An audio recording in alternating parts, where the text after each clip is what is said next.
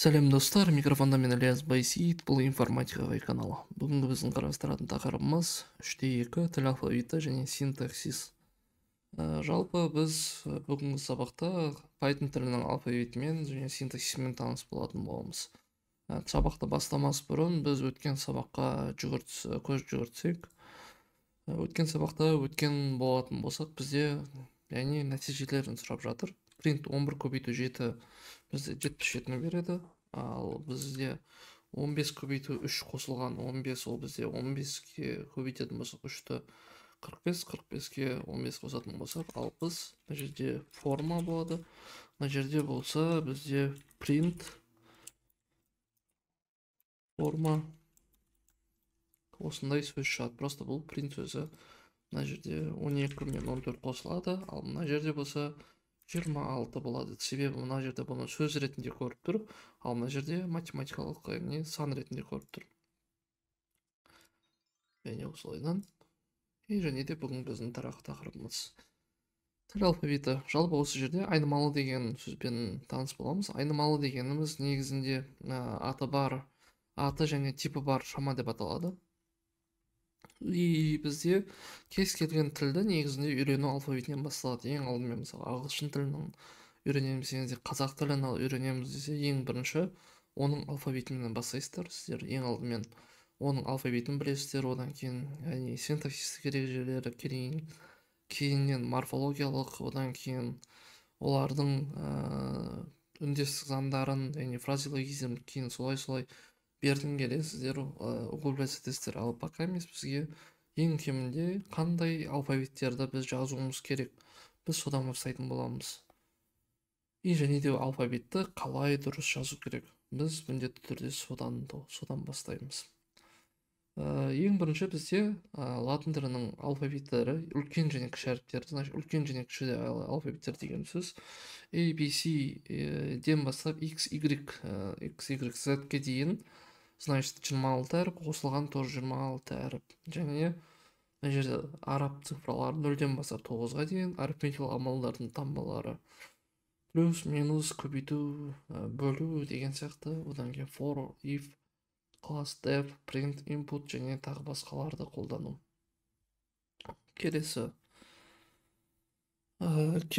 бізде жалпы амалдары деген бар, яғни сызықтық алгоритм дегеніміз тармақталу, қайталану әрекеті жоқ әрекеттердің тізбекте орындалу сипаты, және амалдар бізде қосу амалы, бізде қосу белгісімен, азайту бізде азайтумен, яғни минус салмасымен, көбейту жұлдызшамен, ал бөлу бізде бір слэшпен, ал x-ті y-ке бөлгендегі бүтін бөлігі, x слэш ол бізде бүтін бөлігі, ал процент ол бізде бұл бүтін бөлігі x-ті y-ке бөлгенде қалдығы. Например, алатын болсақ, x слэш дегеніміз y мынаның ішіне қанша рет бүтіндей сияды деген сөз. Мысалға, бұл 25 2 бөлінген 7 болатын болса, 7 25-ның ішіне бүтіндей қанша рет сияды? 3 мәрте сияды, яғни ол 21 болады.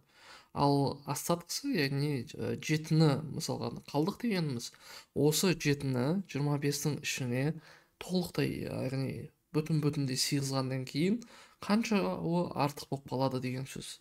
Сонда 7-ні біз сыйғызатын болсақ, осының ішіне 3 рет, сонда 21 кетеді. Сонда 21-ден 25-ті алып тастайтын болсақ, бізде 4 қалады. Енді келесі 15 бүтін бөлік 20 дейді. Егер 20 мынаны 15-тің ішіне қанша рет сияды? Так, 20 15-тің ішіне бізде 0 рет сияды екен. Ал мына жерде бізде 20-ның ішіне 15-тің ішіне сыйғызып болған соң қанша штук артылады? 20 очевидно ішіне сыймайтын болғандықтан бізде 15-тің өзі қалдық болып қалады. Мына жерде 8-ның ішіне бір мәрте сияды, ал 8-ді 8-ның ішіне сыйғызып болған соң қанша штук артылады? Яғни очевидно 0 болады деген сөз. Бізде енді қараңдар. Бұл бізде келесі тақырып болып кетті, бірақ бізде әлі айтылмаған дүниелер бар. Мысалға, айнымалы деген бар.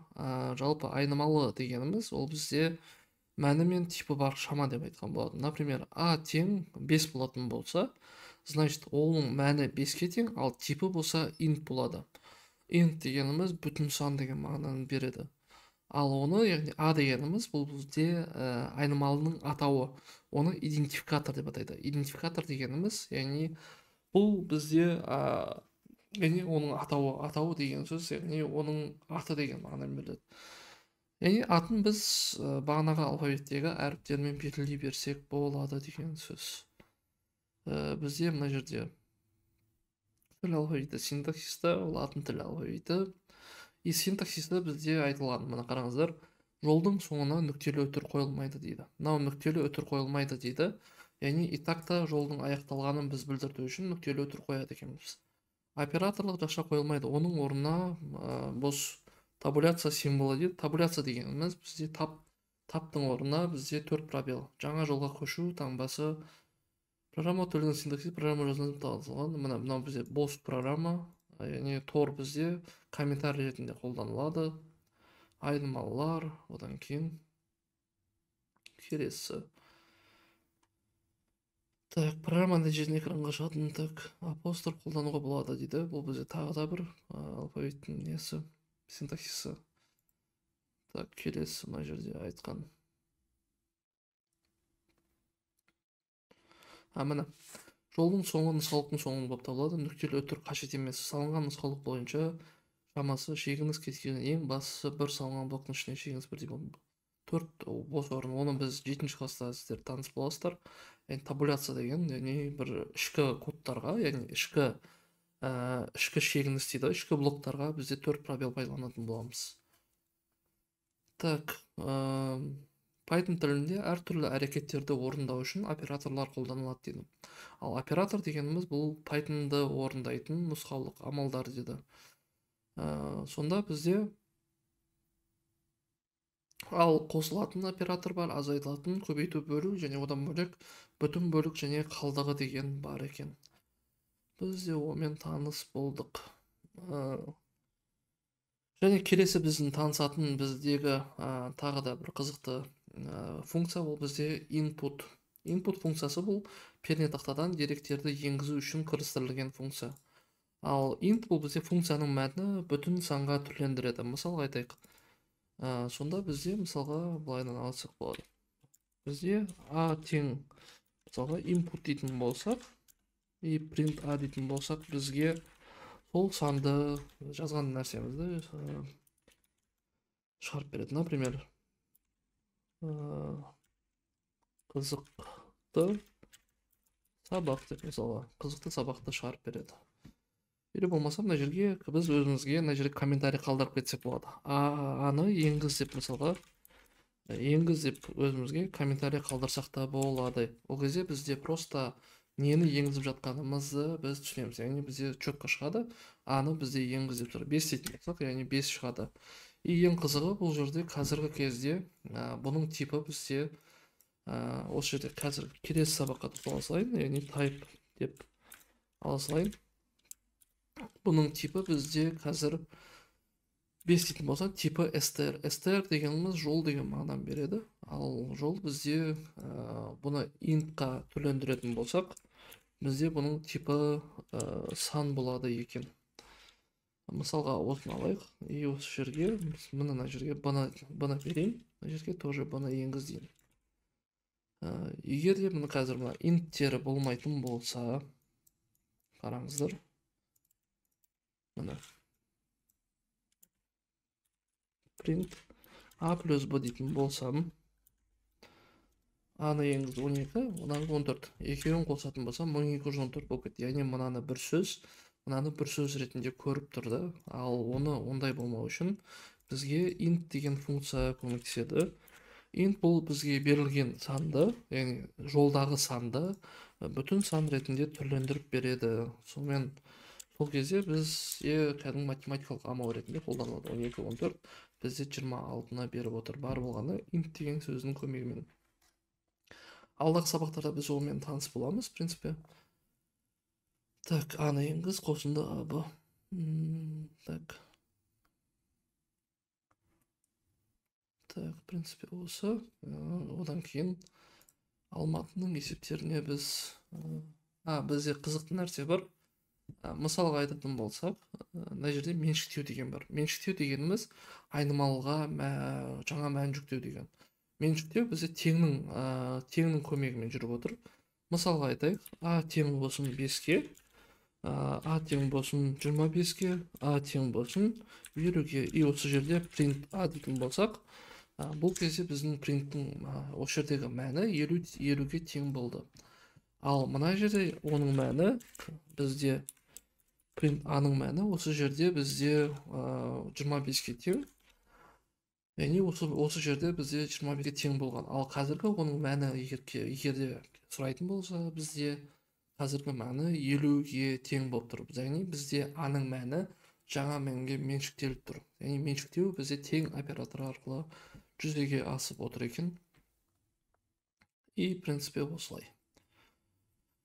Так, қалдығын есептейді. Бізде мына жерде қарайтын болсаңыздар, input пен int input-тың айырмашылығы айтқан. Мысалға енгізген 4 пен 12-ні 412 болған, ал мына жерде 4 пен 12-ні нәтижесі 16 шыққан. Бізде осыған кішігірім мысал қолдандық. И осы жерде бізге сынып бөлмесін ауданы есептеу деп берген. A тең int input. Так.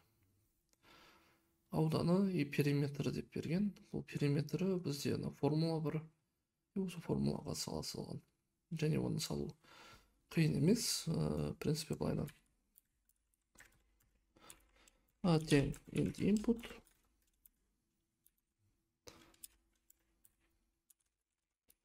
Енгіз. B тең input. Бұны енгіз.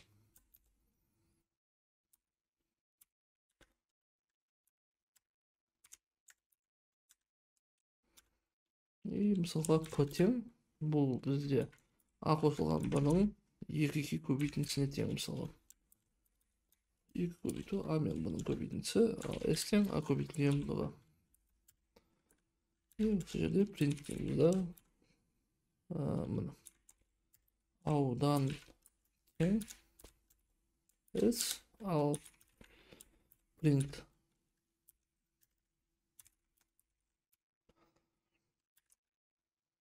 тең бұға.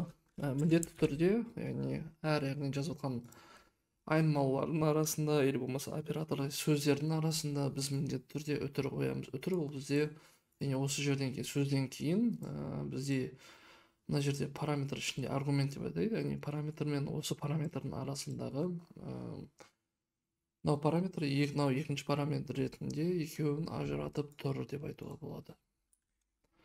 Мысалға айтайық, 12 мен мысалға 5 болсын, ауданы бізде 60, ал 34 бізде периметрі болады.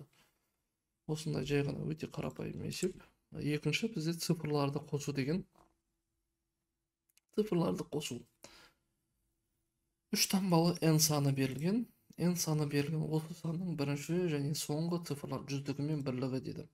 Есептің алгоритмі егер 3 таңбалы сан болғандықтан, оның жүздігін n 2 бөлінген 100 және соңғы цифрын n% онамалдар арқылы табамыз дейді. Кез келген бүтін санның соңғы цифрын табу үшін сол санды 10-ға бөлгендегі қалдығын табуға жеткілікті дейді. Яғни любой санның процентін табу процент 10. Мысалға айтайық та, n тең int input. Мына жерге n тең болсын.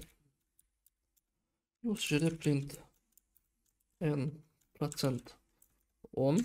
Ол бізде всегда санның соңғы цифрасын береді. Мысалға хоть ол мысалға мына жерде 8 деген сан берейін, чтобы қайталанбай көріп отыру үшін. Мысалға үлкен 122.568-дің соңғы цифрасы 8. Бұл дегеніміз осының ішіне 10-ды енгізетін болсақ, яғни 10-ды бүтіндей кірістіретін болсақ, яғни 10 122.568-дің ішіне 12.256 рет сияды екен. Ал бұның ішіне 12.256 рет кірістіргеннен кейін 10-нан қанша сан артылып қалады? 8, яғни артылып қалады екен. Енді қазір жүздігімен біз айтамыз n-нің ішіне 100 қанша рет сияды дейміз. Мысалға бұл бізде жүздігін алып, с бізде n% 10 бұл бізде бірлігі. Осы жерде қосылысын бер деген. А плюс с. Мысалы 123 болатын болса, оның жүздігі мен бірлігін қосылса 4-ке тең екен. Енді осындай есептерді мысалға мынандай түрін шығарып көрейік. Мысалға оның ондығын алу үшін біз былайына жасайық. Мысалға бұл 123 деген санның мысалға мынаның алудың способы былайын. n бөлінген 10 десек, 10 бұның ішіне қанша рет сияды? 10 бұның ішіне 12 рет сияды. И осыдан шыққан амалдан процент 10 десекші. Осыдан шыққаннан кейін 12-нің процент 10-ы мына 2-ге тең. Яғни 12-нің ішіне 10-ды сыйғызған соң 2 қалады екен. Так. А қосудық. Так. Қосу с десем. 123 дейтін болсам, 1, 2, 3 бізде 6-ға тең болады екен. Бұдан басқа алу жолы, мынандай жол бар. Екінші вариант ретінде мынандай алсақ болады. Қалай алсақ болады? n тең n% 100 десек. Бұл деген сөз, яғни n-ге жаңа мән береміз деген сөз. Сонда n-нің жаңа мәні бұл жерде 100-ді сыйғыз болған соң қаншаға артылып қалады? 23-ші артылып қалады. Сөйтетімізді b тең деймізді. B-ның ішіне осының ішіне b дегеніміз қалған қалдықтың ішіне 23-ның ішіне 10 қанша рет сияды, соны біз b-ға жүктеп отырмыз деген сөз. И принципе осылай шығаруға болады. Яғни осындай жолдары бар екен. Так, бірінші тапсырма төменде берілген кодтарда жазуда дейді, жіберілген қателер қандай дейді. Так, қатені табу үшін етеміз. Ең бірінші, мына жерде жақша жоқ. Int input'ın жақшасы болады. Мына жерде мынаның жақшасы болады. Input емес, input болады. Және де мына жерде үлкен А мен үлкен Б берілген. И мына жерде мынау табуляция шығып кеткен. Бұл ішкі код емес. Сол себептен біз мына қарай береміз. Сонда т тең болатын болса, мына жерге де т-ны беру керекпіз деген сөз. Сонда бірнеше қатені көріп отырмыз.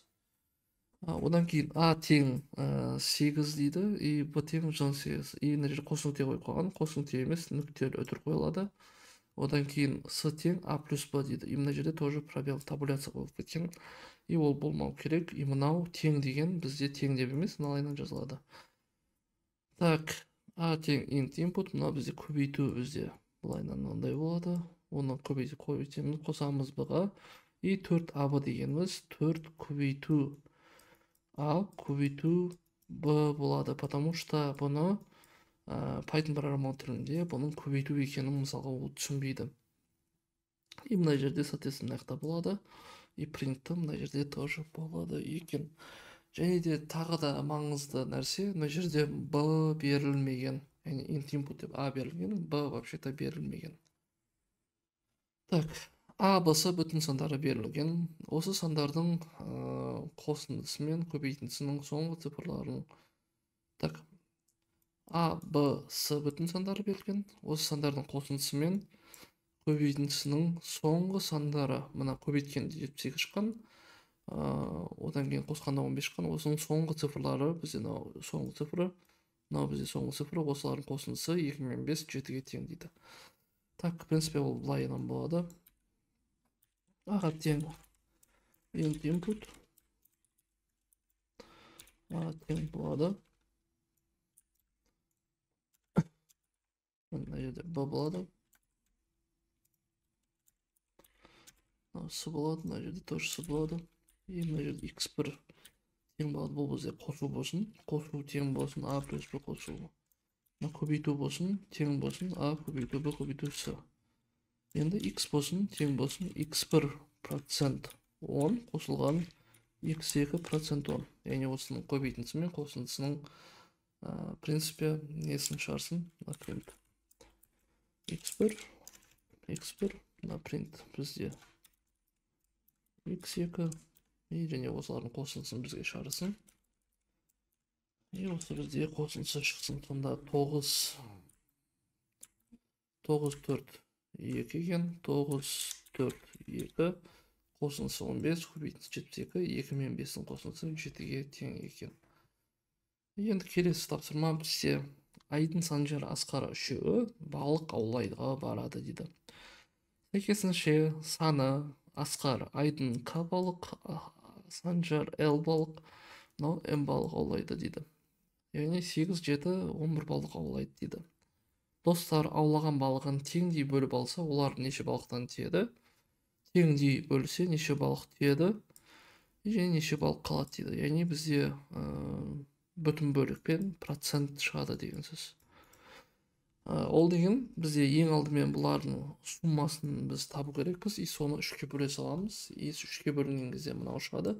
Ал қалдығы осы жерден тура солайдан шығып отырады екен. Так, мына жерде К, Л, М болсын. Мына жерде К, мына жерде Л, мына жерде М болсын. Сонда теңдей болатын болса, X1 тең болсын. Мына жерде S тең болады. А плюс Б плюс Б бөлінген L бөлінген қосылған М-ге. X1 болады, S бөлінген 3, яғни бұлар теңдей қанша болады? S процент 3, яғни осы жерде қанша артылады деген сөз. X1 теңдей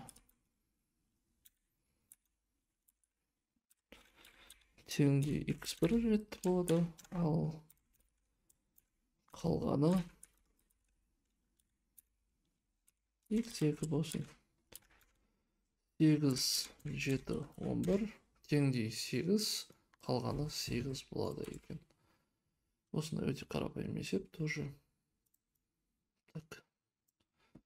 Кеттік, мына жерге кеттік. Жүк көлігі мен мотоцикл дейді. Бір уақытта кездесіп, қарама қарсы бағытта кеткен. Мынау мына жаққа қарай кеткен, мынау болса мына жаққа қарай кеткен. Сөйтеді, мынаның скорості 67, ал мынаныкі болса 53 дейді. 6 сағаттан кейін қанша болады? Яғни мынаны көбейтеміз 6-ға, мынаны көбейтеміз 6-ға, екеуін қоса саламыз. Так, бейте саламыз, бұл бізде. Мына КамАЗ тең боп тұр 67-ге, мотоцикл тең боп тұр 53-ге. Осының негізі сразу осы жерде уақыт мысалы Т тең 6-ға да. Бұны былайынан да шығаруға болады сразу. Жалпы X салайды. X тең мысалға К қосылған М. Яғни екеуі де бірдей уақытта кеткеннен кейін көбейтеміз. Т-ға саламыз ол кезде. Менде 67 мен неден. Так, 120-ны 6-ға өтетін болсақ, бізде 700 қанша шығады? 720 ма? Print X. Мына 720 километр шығады. Ал осыны бізде айтады А, Б деп түрлендір деді. А тең input, бұл бізде КамАЗдың жылдамдығы.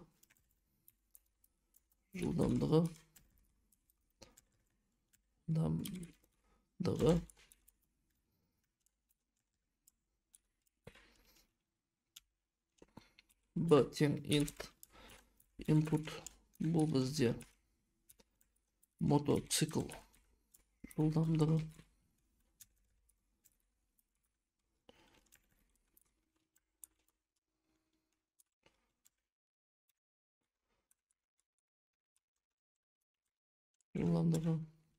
Т тең input